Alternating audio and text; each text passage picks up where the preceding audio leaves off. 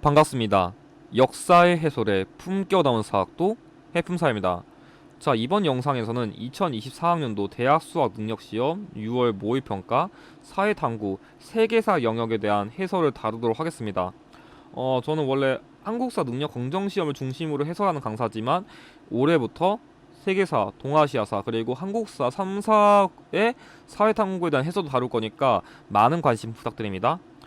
원래는 제가 6월 1일 모의평가 해설을 빨리 올렸어야 되는데 제 개인 일정이랑 한능검 시험 준비하는 게 있어가지고 해설을 조금 늦게 올렸다는 것을 양해 부탁드리며, 일단 기본적인 총평을 말씀드리면 난이도는 제가 이전에 썼던 동아시아사 과목보다 조금 더 어렵게 평가해가지고 이 세계사 과목은 확실하게 약간 어려움으로 난이도를 책정했습니다.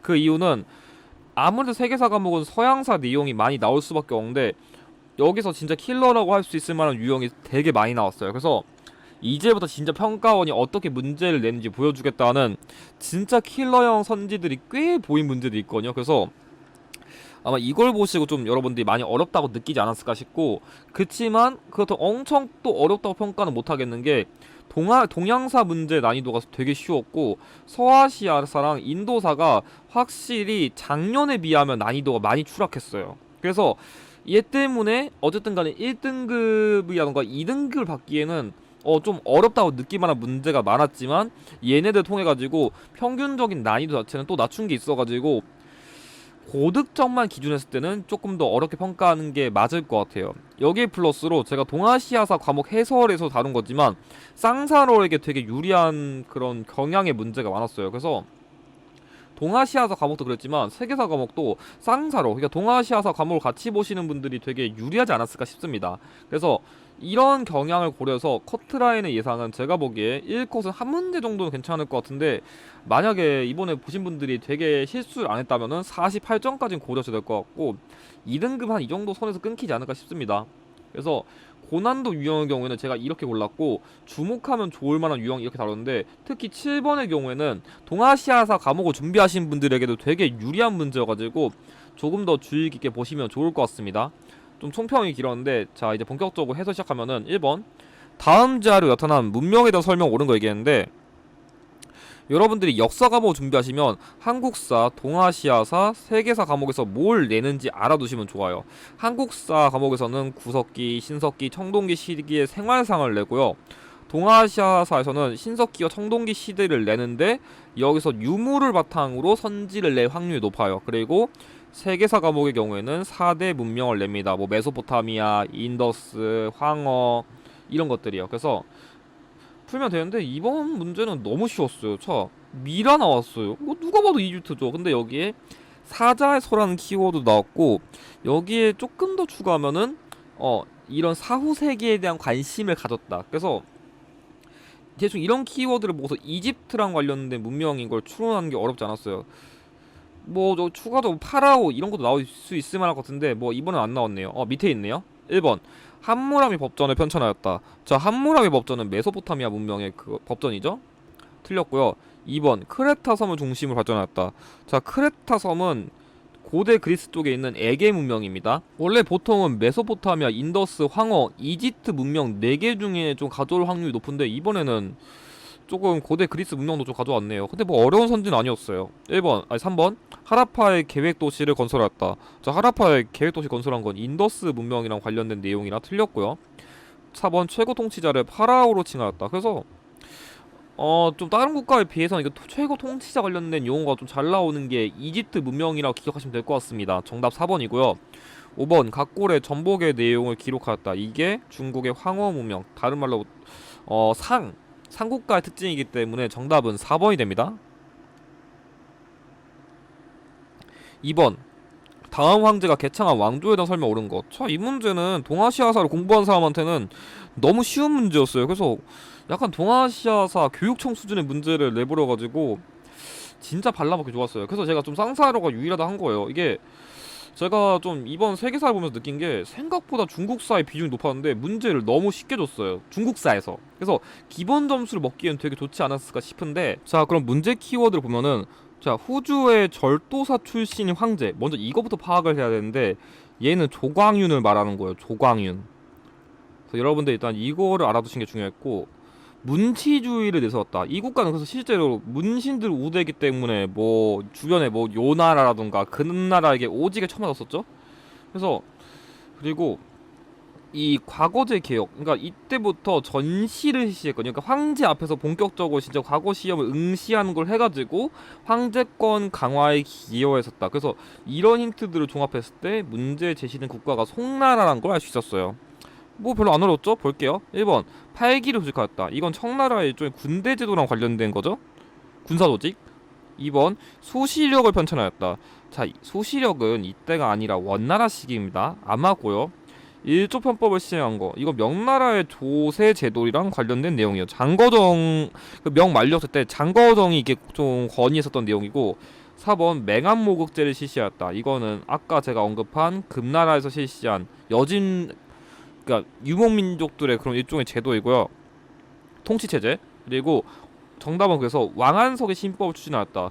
그러니까 이 송대 왕안석은 뭐 청묘법, 시효법, 뭐 보가법 등 여러 그런 제도 통해 가지고 송나라의 개혁을 추진을 했었죠. 물론 실현은 제대로 안 됐었지만요. 아무튼 정답은 5번입니다. 그래서 세계사 과목에서는 이 왕안석이 좀 잘 나오거든요, 키워드로. 근데 동아시아사 과목도 쉽게 내면 이런 거 낼 수 있어요. 3번 가 도시국가에 대한 설명 옳은 거 얘기했는데, 뭐 이 문제까지 크게 어렵지 않았어요. 자, 여기서는 여러분들 힌트를 좀 잡아가시면 좋은 게, 일단 헤일로 타일을 지배한다. 그러니까 좀 노예 세력들, 그러니까 노예 세력들을 키우고 그 정복 활동을 위해서 시민들을 강한 전사로 키우기 위해서 엄격한 군사 훈련 등을 통해 군사력을 강화했다. 그러니까 헤일로 타일만 보고서 여러분들이 스파르타라는 거 알 수 있어요.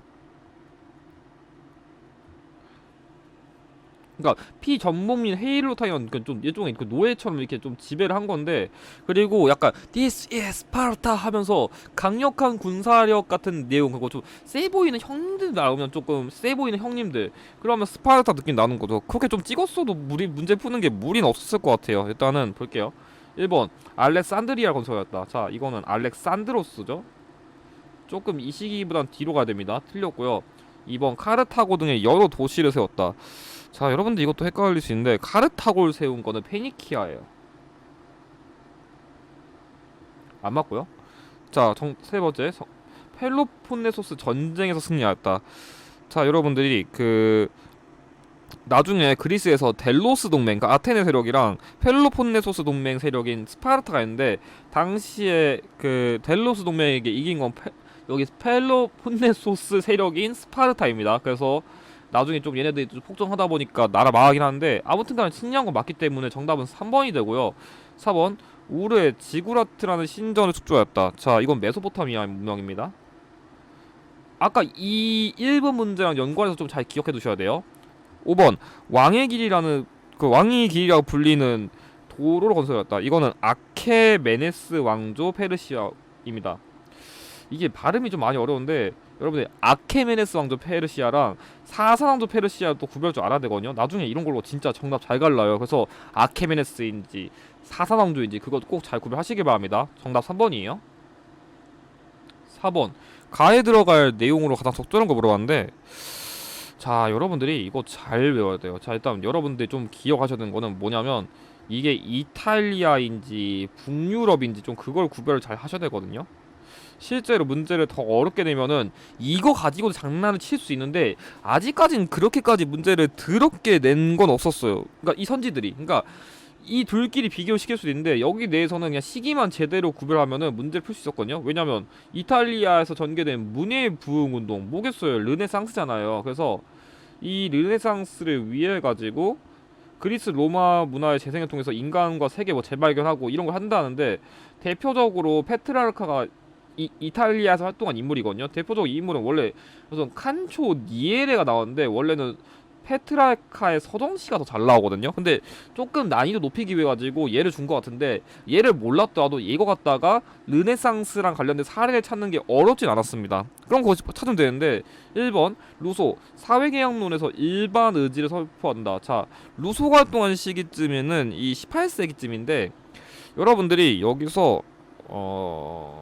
루소는 일단은 계몽주의 사상가예요. 그래서 애초에 연결이 안 되고요. 2번 보카치오. 데카메론에서 인간의 위선을 풍자한다. 정답은 2번이에요. 그래서 이탈리아 인문주의 중 한 명인 보카치오가 대표적인 인물이기 때문에 정답은 2번이 되고요. 뉴턴 프린키파에서 기계론적 우주관 확립하였다. 아직 이 시기에 그러니까 뭔가 우주 확립까지 그렇게까지 세부적으로 발전하지 않았었는데 어쨌든 굳이 이거 나온 시기 얘기하면 17세기여가지고 틀렸고요. 4번 애덤 스미스 국부론에서 고전 경제학의 토론을 마련했다.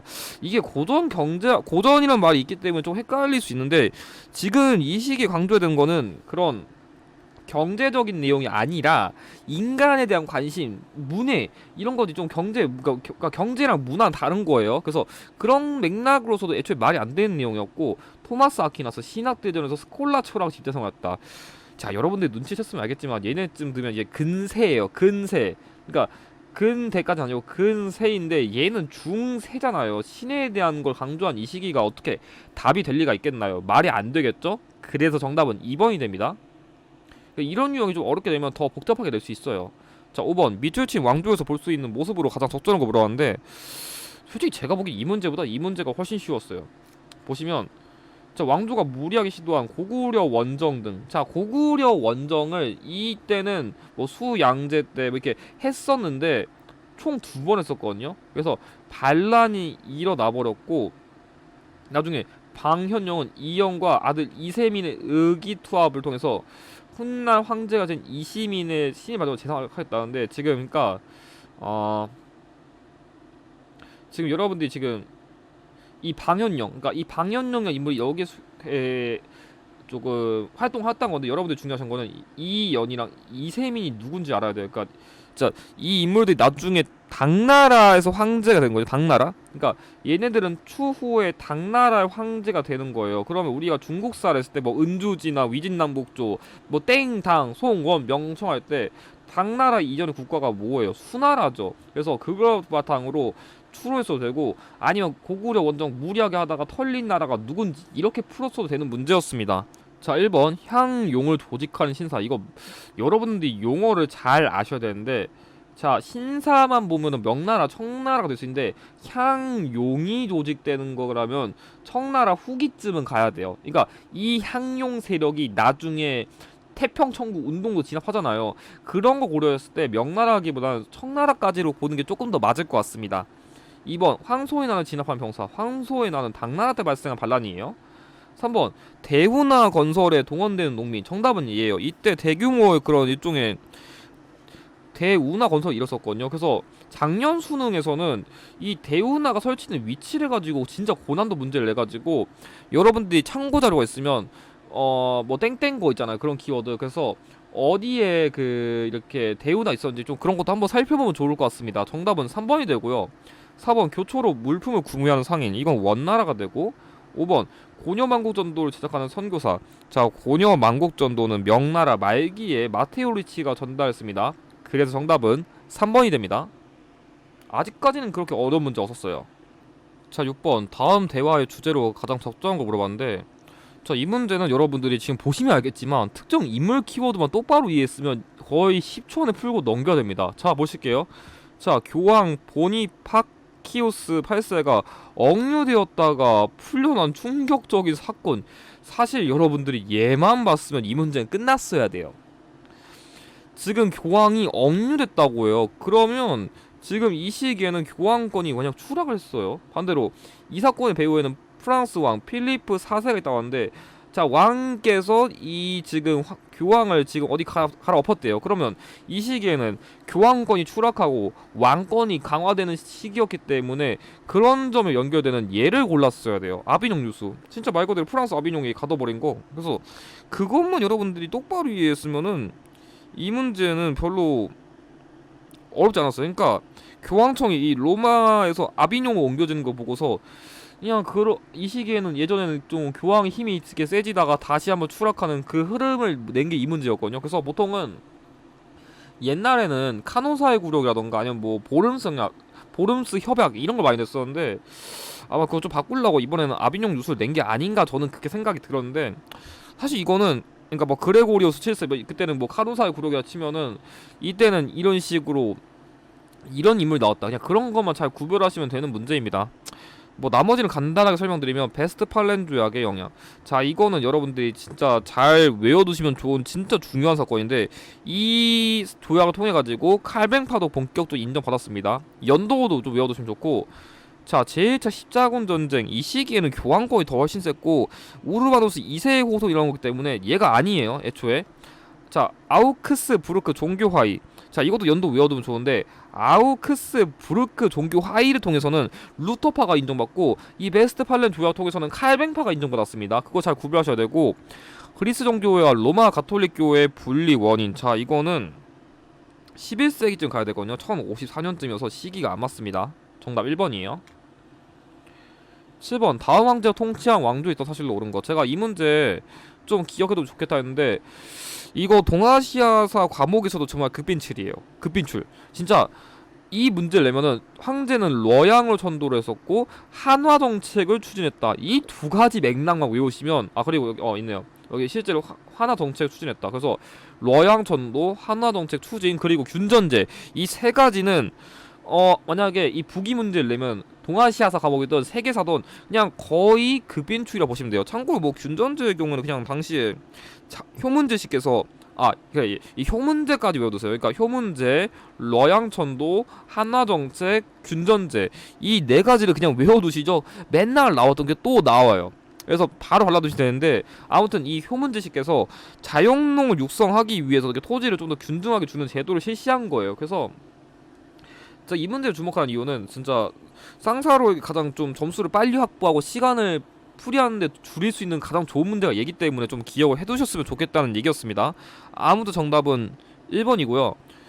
양세법이 시행된 건 당나라입니다. 그러니까 조용조와 균전제가 이 시기에 와가지고 이렇게 제도가 바뀌어버린 거거든요. 그래서 틀렸고요. 제자백가가 수료한 건 춘추 전국시대쯤이죠. 뭐 굳이 정확히 따지면 춘추 시대부터라고 하는 게 맞는데 아무도 틀렸고, 장건이 서역에서 파견된 거는 한나라입니다. 관련이 없고, 진승과 오관에 나는 진나라 때 발생한 대표적인 반란이기 때문에 정답은 1번입니다. 별로 이 문제는 크게 주목할 게 없어서 조금 빨리 넘길게요. 8번 각 국가에 대한 설명을 옳은 거 얘기했는데, 자, 이 문제 솔직히 더 어렵게 내면 어렵게 낼 수 있었는데 제가 보기에 아직까지는 여기선 힘을 안 썼어요. 후반부 페이지에 힘을 좀 세게 내려고 해서 좀 그런 것 같은데, 자, 리마는 이 국가가 잉카 제국을 정복한 이후 건설했다고요. 그래서 여러분들이 잉카 제국을 정복했다, 그걸 포인트 잡았어야 돼요. 그러니까 당시 뭐 아즈텍 문명, 잉카 제국, 이 두 가지 국가들 점령하는 사람들인데, 그러니까 북아메리카를 점령한 국가가 누구냐, 그걸 구별하는 거였는데, 그거랑 관련된 거를 생각했을 때 잉카 제국은 에스파냐죠. 자, 아무튼 에스파냐 관련된 거 찾아보면은, 자, 1번 무력 시위를 통해서 일본을 개항하였다. 자, 일본을 개항해서 미일 통상조약 맺은 이 미국을 말하는 거고요. 2번 플라시 전투에서 프랑스를 물리쳤다. 자, 이거는 영국입니다. 영국. 당시에 이 인도 지역을 두고서 프랑스랑 영국이 좀 대립했었는데, 이 1757년쯤에 영국이 이겼었죠? 틀렸고요. 3번 레판토 해전에서 이슬람 세력 격퇴했다. 당시 에스파냐에 무적 함대라 해가지고 이 시기에는 에스파냐가 조금 해상권을 크게 장악했었는데, 나중에 그 엘리자베스 1세에 의해서 이 무적 함대가 격파되는 상황이 발생했었죠. 정답은 3번이 되고요. 4번 상트페테르부르크를 건설하여 수도로 삼았다는데, 이거는 러시아의 표트르 대제가 한 겁니다. 관련 없고요. 콜베를 앞세워 중상주의 정책을 추진한 건 프랑스의 루이 14세입니다. 그래서 이 프랑스의 그 당시에 절대 왕정을 낼 때 콜베르가 진짜 키워드 잘 나와요. 정답 3번이에요. 9번 가 제국식이 있다 사실로 옳은 거 얘기했는데, 자, 이 문제도 여러분들 좀 알아두셔야 돼요. 자, 일단은 여기 보시면 마라타 왕국이란 말이 나왔어요. 그리고 지금 여러분들이 만약 이 마라타 왕국을 잘 몰랐다면은, 그러니까 사실 이거는 이 마라타 동맹이 이 세력과 대립했다는 걸 이해하시는 게 포인트였거든요. 그러니까 이 마라타 왕국이 중요한 게 아니라 이 마라타 동맹이 이 제국에 대해 저항해가지고 좀 투쟁한 대표적인 세력이거든요. 왜냐면 이 제국의 황제가 힌두교 사원을 파괴하고 지지아를 부활시키는 등 종교적 사벌을 썼거든요. 그러니까 지금 여기에 아우랑제부 황제가 나왔어요. 그러니까 여러분들이 나중에 시험을 구별하신다면은 이 아우랑제부 황제랑 악바르 황제의 그 업적을 정확하게 구별할 줄 알아야 돼요. 평가원 시험은 그렇거든요. 제가 그래서 아직은 서아시아상 인도사에서 난이도가 안 높았다고 한 이유가 예를 들어서 오스만 제국에서 뭐 나오는 황제 3명이라던가 무굴 제국 나온 황제들 이런 것도 문제를 낼 수 있는데 아직까지는 그렇게 깊게 건든 문제가 한 개도 없었어요. 그래서 9월 시험이나 평가원 시험에서는 좀 이런 점을 좀 깊게 건들 수 있어가지고 좀 주의를 해두시면 좋을 것 같아요. 아무튼간에 이 아우랑제부 그 황제랑 관련된 제국은 무굴 제국이기 때문에 그거랑 관련된 풀이를 보면은 1번 룰렛법이 진행되었다. 자, 룰렛법은 이건 1차 세계대전 이후쯤은 가야 되거든요. 약간 우리나라로 치면 거의 약간 일사늑약 수준의 그런 진짜 법을 제정한 건데 아무도 관련 없고요. 2번 세포위의 항쟁이 일어났다. 당시에 영국이 이 무굴 제국에 이런 힌두교 이슬람 세력끼리 싸우고 있잖아요. 그러니까 이렇게 종교적인 그런 상황이 심각하구나. 그럼 이걸 노려가지고 맛이 각 그 무기에다가 어떤 뭐 돼지 기름도 바르고 소 기름도 발라가지고 이런 일종의 분열을 노려가지고 이 무굴 제국이 멸망하게 되는데 크게 그러니까 이 세포의 항쟁에 진압하면서 이 무굴 제국 황제를 폐위시켰거든요. 그래서 어떻게 보면 이 무굴 제국이 없어지는 결정적인 사건이 이거기 때문에 정답은 2번이 되고요. 쿠투브 미나라 건설되었다. 자, 이거는 아이비크 말하는 건데 아이비크 말고 아이바크요. 아무튼 이 쿠투브 미나라 건설 관련된 거는 이거는 델리 수타 왕조입니다. 관련이 없고요. 자, 인도 국민회의가 구성되었다. 자, 인도 국민회의는 이 제국이 없어진 좀 직후예요. 조금 직후. 그러니까 얘는 좀 함정이 맞아요. 그러니까 인도 국민회의는 일종의 그 인도인 회의를 위한 정치 조직인데 이 세포의 항쟁보다 조금 뒤에 했기 때문에 애초에 무굴 제국 시 있던 사실에는 포함이 안 됩니다. 틀렸고요. 에프탈이 북인도 침략했다. 자, 이 에프탈 침략 멸망한 건 굽타 왕조가 되기 때문에 관련이 없습니다. 그래서 정답은 2번이 됩니다. 그러니까 한 6세기쯤 그쯤에 보면 돼요. 6세기. 10번 미주신 이 황제가 통치한 왕조에 대한 설명 옳은 거. 자, 이 문제도 그래요. 아까 9번도 그랬었는데 이 문제도 원래는 더 어렵게 되면은 강희제, 옹정제, 걸륭제 구별 다 할 줄 알아야 돼요. 근데 이 문제의 포인트는 뭐냐면 티베트부터 이런 강대한 영역을 지배했다는 표현이 있고요. 사고 전설을 편찬했다는 말이 있고 맥카트니 사절단의 무역을 맥카트니 사절단이 방문했었다. 그 세 가지 포인트를 보고서 걸륭제란 거 바탕으로 추론했어야 되는데 이 걸륭제가 청나라의 그 거의 전성기 최고봉리 황제이기 때문에 그렇게 포인트를 잡는 게 이 문제의 의도였어요. 근데 나중에 이 문제 내고서 걸륭제 업적을 뭐 예를 들어서 옹정제 그 지정은제라던가 그런 것처럼 다른 거랑 구별도 정확히 하실 줄 알아야 됩니다. 나중 가서는. 지금은 아직 6월 모의평가라 그 정도까지 안 낸 것 같은데 원래는 할 줄 알아야 돼요. 1번 구품중정제를 실시하였다. 자, 구품중정제는 위진남북도 시기에 실시한 제도입니다. 관리제도 관련된 거예요. 2번 장안을 수도 정하였다. 자, 이 장안은 당나라 수도죠. 관련이 없습니다. 3번 파스파 문자 지정했다. 자, 파스파 문자는 굳이 따지면 원나라 세력이겠죠. 몽골이 할 수 있겠는데 아무도 틀렸고 4번 정화의 함대를 파견한 건 명나라의 영락제예요. 일종의 진짜 배 타고 원정 나가는 거고. 자, 그래서 정답은 만한 변용제. 그러니까 주요 관직에 만주족과 한족을 같이 임명하는 제도를 실시한 이게 정답이에요. 왜냐면 아직까지는 통치한 왕조에 대한 내용이지 이게 뭐 어떤 황제를 물어본 게 아니까 크게 문제 없겠죠. 정답은 5번입니다. 다만 이제 후반부부터는 조금 어려운 문제가 많으니까 해설을 조금 더 깊게 다룰게요. 자, 지금부터는 내용이 조금 더 어려워지니까 집중 잘 해주시길 바랍니다. 11번 가 제국에 대한 설명 옳은 거 얘기했는데 야, 이 문제도 솔직히 제 생각에는 살짝 어려울 수 있었어요. 살짝 맥락을 정확하게 안 읽었으면 이 문제 되게 헷갈리기 쉬운데 자, 볼게요. 일단은 여기서 포인트가 야심만만한 유스티니아누스는 폐하의 제국인 예화의 평화 얘기하지만 실은 뭐 집요를 불태운다는데 감히 말씀드리는데 첫 번째 유스티니아누스의 제국 동쪽 경계가 방치되어 있으니 그러니까 지금 여러분들이 파악하시는 건 제국 동쪽 경계 그러니까 유스티니아누스 제국 이때 있었을 때 근처에 어떤 뭐 서아시아 국가가 있었는지 먼저 그걸 파악해 줘야 되고 여기에 포인트로 진짜 제일 중요한 키워드 수도인 크테시폰 얘를 알았어야 돼요. 솔직히 크테시폰을 보자마자 여러분들이 사사낭조 페르시아가 바로 나와줬어야 돼요. 왜냐면 제가 아직은 서아시아사 과목 제국에서 지금 어려운 걸 안 냈다고 했는데 여러분들이 조금 이게 사사노 페르시아처럼 서아시아 국가가 나오면 무조건 수도를 외워야 돼요. 제가 이따가 13번 때 얘기하겠지만 진짜 이 수도만 제대로 외웠더라도 이번에 서아시아 문제 다 발라 먹을 수 있었어요. 근데 이 수도를 안 외우면 반대로 이 문제들을 못 풀어요. 그래서 초반에는 이용이 되게 어렵거든요. 용어도 좀 까다로울 수 있고. 근데 나중 가서는 이게 한 번만 제대로 외우죠. 그냥 문제 쉽게 발라 먹습니다. 아무튼 사사왕조 페르시아 관련된 거 찾아보면은 1번 델로스 동맹 결성하였다. 자, 자 델로스 동맹은 일단은 아테네랑 관련된 거예요. 아까 제가 말했었죠. 그 스파르타는 펠로폰네소스 동맹, 그리고 아테네는 델로스 동맹. 틀렸고요. 2번 밀레트 제도 운영했다. 자, 밀레트 제도는 일종의 그런 돈 조금 내면 자신의 신앙을 이게 인정해 주는 건데 이건 오스만 제국이랑 관련된 겁니다. 관련이 없고요. 3번 바브르에 건설되었다. 자, 이 바브르는 무굴 제국이랑 관련된 거예요. 관련이 없고요. 자, 4번 조로아스터교를 국교로 삼았다. 그래서 이 조로아스터교가 서아시아사 고대 시대에서 좀 자주 나오는 종교인데 국교로 삼았다는 거 여러분들이 포인트로 잡으셔야 됩니다. 정답은 4번이고요. 5번 몽골군의 침입으로 멸망한 거는 대표적으로 얘기할 수 있다면 아바스 왕조가 있겠네요. 그래서 정답은 4번이 됩니다. 근데 아직까지는 이 문제는 그렇게 난이도 높지 않았어요. 그냥 이번 회차에서 그나마 꼽으자면 그 정도예요. 12번 밑줄친 이 왕조의 문화에 대한 설명 옳은 것.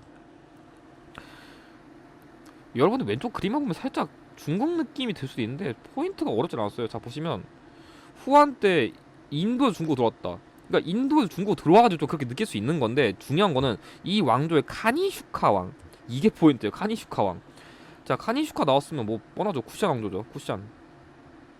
그래서 여러분들이 이 인도 고대사는 그 마우리아 왕조, 쿠시안 왕조, 구타 왕조가 있는데 쿠시안 왕조를 내면 거의 내말 포인트가 간다라 미술 아니면 카니슈카 왕 정도밖에 없거든요. 그래서 이거는 기본적인 키워드만 외웠다면 금방 구별했을 것 같습니다. 1번 자이나교가 출현했다. 자, 자이나교는 진짜 기원전 6세기쯤에 나온 그 일종의 종교거든요. 얘랑 관련이 없습니다. 2번 타지말이 조성된 거는 무굴 제국이랑 관련된 얘기고요. 3번 보로부두르가 축조되었다. 자, 보로부두르, 아 이거 진짜 잘 배우셔야 되는데 여러분이 앙코르와트랑 보로부두르를 잘 구별하셔야 되는데, 자 얘랑 관련된 건 시아일랜드랑 왕도예요. 시아일랜드랑 그 인도네시아 쪽에 있는 거. 그래서 여러분들이 시아일랜드랑 그 앙코르와트에서도 거기 진짜 두 개 잘 구별하셔야 돼요. 바로 밑에 있네요. 여기 앙코르와트. 자, 이거는 말 그대로 앙코르 왕조에서 만든 건데 이게 가끔씩 사진으로 나올 수도 있기 때문에 그 모양 한번 봐두시고, 아무튼 제가 언급한 정답 5번 간다라 미술 양식이 발달한 이게 정답이에요. 그래서 어차피 인도 고대보다는 여러분들이 나중 가서는 무굴 제국에 아까 제가 얘기했던 뭐 세포의 항쟁, 뭐 인도 국민의 룰렛법 이런 것처럼 그런 키워드 순서 문제를 더 까다롭게 낼 확률이 높기 때문에 그 부분을 중심으로 공략하시는 게 나을 수 있습니다. 얘는 나중 가서 어차피 금방 공략해요. 정답 5번이에요. 13번 밑줄 친 이 왕조에 대한 설명 옳은 것. 자, 이 문제는 좀 주목할 만해요. 아무래도 그 서아시아 파트에서 조금 난이도 높인 게 없어가지고 좀 이 문제를 가져온 것 같은데, 자 보시면은 여러분들이 포인트를 잡아야 되는 거는, 자 몽골 제국의 계승을 내세워 정통성 확보했다는 말이 있어요. 그래서 지금 이슬람 나왔는데 샤르 뭐 이런 것까지는 모를 수 있더라도 이 몽골 제국의 계승을 내세웠다는 포인트를 통해 가지고 좀 잡았어야 돼요. 그래서 아까 제가 보기 11번보다 이게 조금 더 어려울 수 있어요. 왜냐면 그리고 샤르는 명정벌을 시도한 부친과 다르다고 했었죠. 그러면 시기상으로 대략적으로 아무리 낮게 잡아도 14세기 이후쯤은 돼야 되거든요. 14세기. 그러니까 14세기 이후쯤에 있었던 서아시아의 국가가 누구냐 했을 때 포인트를 잡았어야 됩니다. 그건 바로 티모르 왕조죠. 그래서 티모르 왕조 관련된 거 찾아보면은 1번 사마르칸트를 수도 삼았다. 제가 그래서 수도 키워드 외워두라는 거예요. 왜냐면 이런 그 서아시아 국가는 문제 키워드든 간에 정답 키워드든 간에 특정 수도를 저게 뭔가 가져올 확률이 높거든요. 그래서 이걸 외우면 쉽게 풀지만 또 안 외우면 문제를 못 푼다는 게 이런 맥락에서 제가 말씀을 계속 드리는 겁니다. 진짜 하셔야 돼요. 정답은 1번이고요. 자, 2번 콘스탄티노폴리스를 점령했다. 자, 이거는 1453년에 오스만 제국이 한 건데 이로 인해 가지고 동로마 제국, 그러니까 비잔티움 제국이 멸망하는 결과를 가져왔었죠. 틀렸고요. 3번 이산드라나 전투에 승리하였다. 자, 이산드라나는 그 영국이랑 그 아프리카의 줄루 왕국이 대립한 건데, 아프리카에서 영국에게 진짜 이렇게 큰 승리를 거둔 대표적인 전투 사례죠. 틀렸고요. 아바스 1세 때 전성기를 맞이했다. 자, 이거는 여러분들이 좀 헷갈릴 수 있는데 아바스 왕조랑 아바스 1세는 다릅니다. 참고로 이건 사파비 왕조예요. 그래서 여러분들 이네 둘끼리도 좀 잘 구별을 해두실 필요가 있을 것 같고, 참고로 사파비 왕조 수도는 이스파한입니다. 이것도 좀 알아두세요. 5번 이베리아 반도까지 영토로 확장하였다고 하는데, 이 티모르 왕조도 영토를 많이 확장을 했었지만 이베리아 반도까지는 못했어요. 이건 오히려 좀 고대 시대쯤에 있던 왕조에서 했던 거여서 연결이 안 됩니다. 정답은 그래서 1번이에요. 14번 다음 자료 활용한 탐구 주제로 가장 적절한 거 얘기했는데, 여러분들이 여기서 포인트가 천두슈, 신청년 얘 봤으면 바로 끝났어요. 그러니까 이 문제가 솔직히 동아시아 공부했으면 너무 쉽게 발라먹을 수 있었죠. 뭐겠어요. 천두슈가 나왔었고 신청년 나왔으니까 그거랑 관련된 신문화 운동 골랐으면 끝났어요. 사실 이 문제는 크게 설명할 게 없었던 게, 말 그대로 진짜 당시 천두슈, 후스 등이 그런 유교 중심의 그런 전통 문화에 대한 비판을 얘기하면서 이제 근대적인 그런 일종의 과학기술이라든지 내지는 민주주의라던가, 여기 써있잖아요. 과학이 민주주의와 대상에서 마치 수레바퀴 한다는 게 이제 좀 진짜 문물 같은 거, 문화 같은 거, 그런 걸 이제 좀 우리가 배울 필요가 있지 않을까, 그런 걸 주장하는 거예요. 그래서 사실 인물 보자마자 그냥 바로 얘 찍었으면 이건 금방 푸는 만한 문제라 크게 설명할 거 없을 것 같아요. 오히려 밑에 문제가 훨씬 중요해가지고 제가 간단히 설명하는 겁니다. 정답은 그래서 5번이고, 1번 군기처. 자, 군기처는 청나라의 옹정제가 만든 일종의 그런 기구예요. 근데 시기가 이건 거의 20세기쯤 가야 되고 이건 거의 옛날이어가지고 관련이 없고요. 2번 에로 사건의 원인. 자, 에로 사건은 그 2차 아편 전쟁이랑 관련된 내용이기 때문에 관련이 없고요. 3번 대약질 운동. 자, 이거는 현대상 가야 될 거 아니에요. 그 마오쩌둥이 이렇게 경제 발전을 하려고 시도했다가 개 말아먹어 정책이죠. 틀렸고요. 4번 의화단 운동. 이건 말 그대로 진짜 서양 세력에 대한 그런 진짜 분노를 내세우면서 청나라에 발생한 사건인데, 이로 인해 가지고 신축 조약하면서 베이징에 외국 군대 허용을 가져온 그런 운동이라 쓰겠죠. 관련 없기 때문에 정답은 5번이에요. 자, 15번 가 국가에 대한 설명 옳은 거. 자, 이번 회차에서 제가 진짜 탑2 난이도 문제 뽑는다면 얘는 진짜 어려웠어요. 제가 봐도 이게 문제 제시는 국가가 어렵지 않았거든요. 선지가 진짜 미친듯이 어려웠어요. 진짜 저도 보자마자 야, 이거 진짜 많이 낚이겠다 싶었거든요. 그러니까 솔직히 여기까지는 꼴랑? 했었는데 내려오자마자 라인 연방 요제프 니스 이랬을 것 같아요. 진짜 어려웠어요. 그래서 야, 그래도 평가원답게 진짜 야, 우리가 장난치는 건 아니다라는 걸 제대로 보여주는 문제가 아니었나 싶은 게 이 문제였어요. 일단 설명드리면, 자, 7년 전쟁에서 슐레지안 지방을 두고서 오스트리아와 접전을 벌였다고 해요. 근데 여기에 프리드리 2세를 대놓고 둬가지고 여기 국가가 프로이센을 거를 추론하는 게 어렵지 않았었거든요. 그래서 얘 자체는 쉬웠어요. 얘 자체는 쉬웠는데 문제는 정답 선지가 되게 까다롭다는 얘기예요. 오답 선지도 까다로웠었고. 그래서 여러분들이 뭐 프리드리 2세, 아까 제가 보면 예카테리나 2세라던가 아니면 그 표트 대제라던가 엘리자베스 1세라던가 그것만 외웠다면은 일단 절대왕정 관련된 이 절대왕정 연결되는 국가를 찾는 거 어렵지 않은데 선지가 진짜 어려웠어요. 일단 설명해보면 1번 라인 연방의 일원이었다. 자, 라인 연방은 나폴레옹 1세가 후원을 이렇게 만든 일종의 연합단체인데, 여기서 그나마 빠지는 국가는 프로이센이랑 여기 적혀있는 오스트리아는 제외가 됐어요. 그래서 이 선지 자체부터가 되게 낯설게 느껴졌었는데, 어제 이 라인 연방에 이 국가 두 개는 들어가지 않았어요. 그래서 얘부터 벌써 어려웠고, 2번 프랑스 혁명전쟁의 교정국이었다.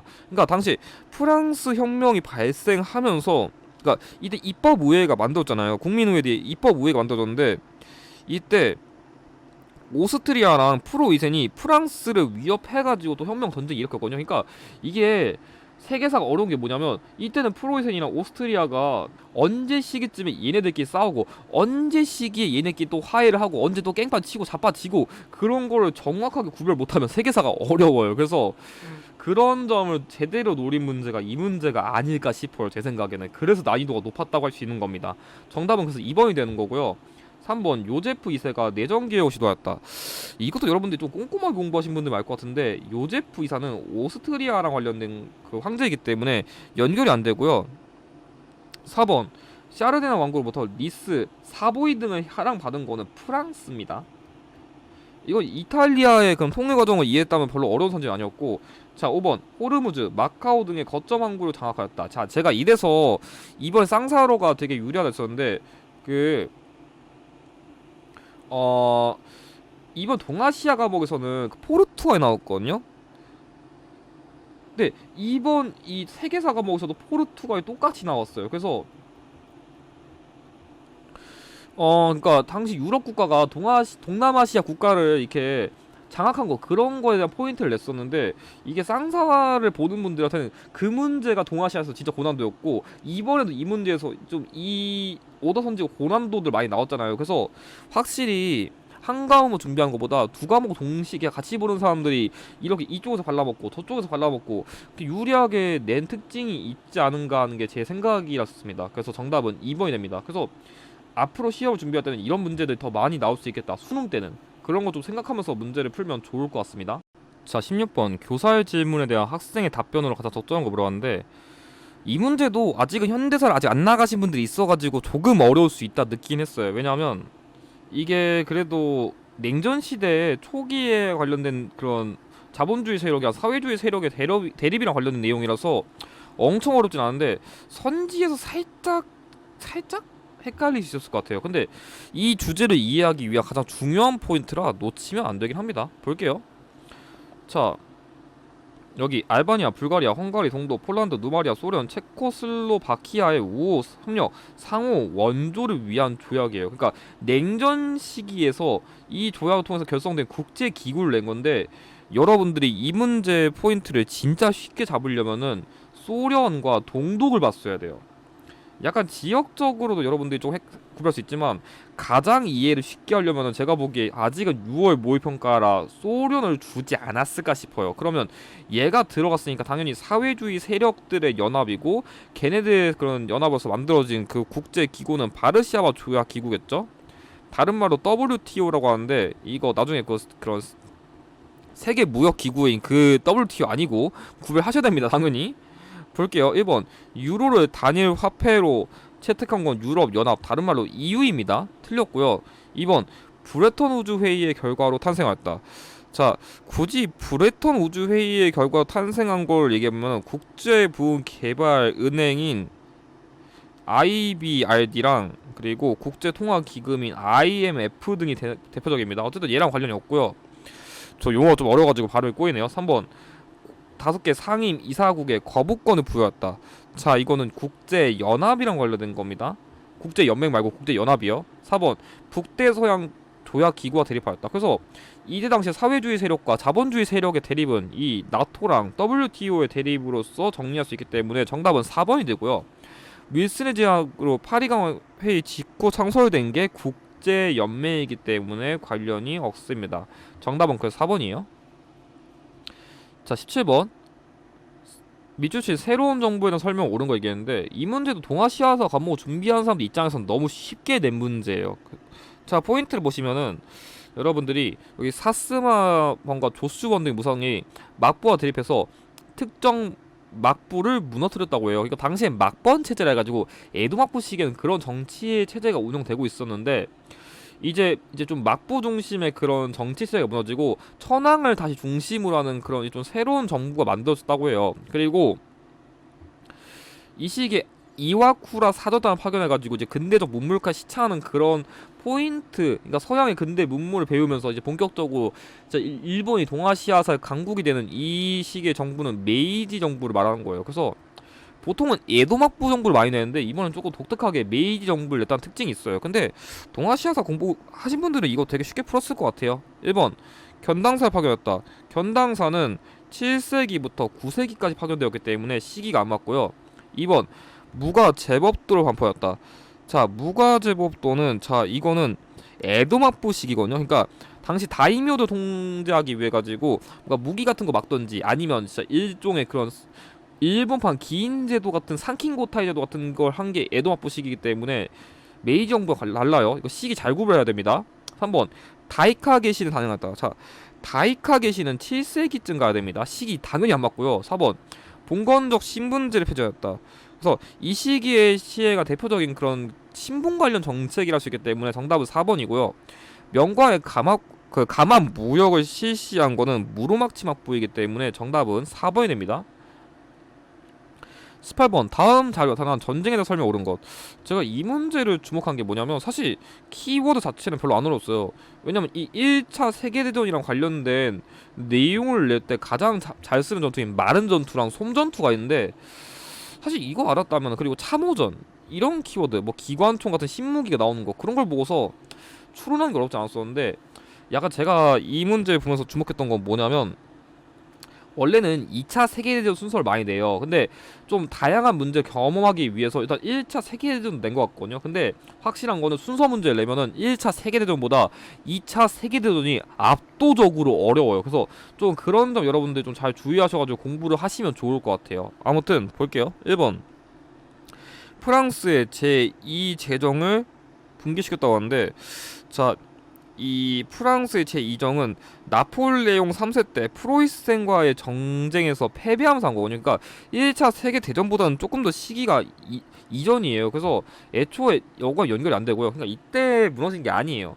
2번 포츠머스 조약으로 마무리됐다. 자, 러일 전쟁 말한 겁니다. 자, 이런 것도 솔직히 동아시아사 과목 준비한 사람도 유리한 거죠. 그러니까 이게 선지만 봐도 곳곳이 그런 요소들이 진짜 많이 보였어요. 3번 사라예보 사건을 발단으로 시작되었다고 하는데 맞죠? 왜냐면 당시에 그 오스트리아 헝가리 제국의 황태자 부부가 암살될 사건을 계기로 이제 전국적인 전 세계적인 전쟁이 발발하게 된 거죠. 정답은 3번이고 4번 원자폭탄 투하를 계기로 종결된 건 2차 세계 대전입니다. 5번 신성로마 제국의 해체에 영향을 주었다고 하는데 자, 신성로마 제국이 해체된 건 거의 19세기 초반이에요. 그래서 애초에 시기가 더 말이 안 되기 때문에 정답은 3번이 됩니다.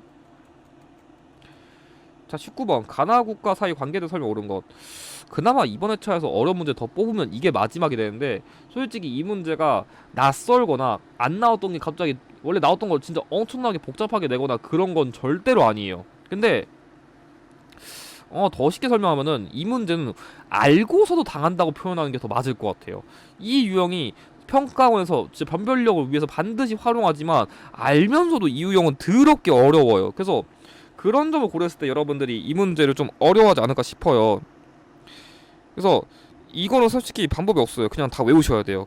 그러니까 진짜 지도 펼쳐놓고서 여긴 여기 국가, 여긴 이 국가 이렇게 지배한 걸 정확하게 외우셔야 되는데 지금 좀 힘들 수 있어요. 근데 나중 가면 다 합니다. 일단 볼게요. 가부터. 일단 가는 여기인데 여기 국가는 리비아고요.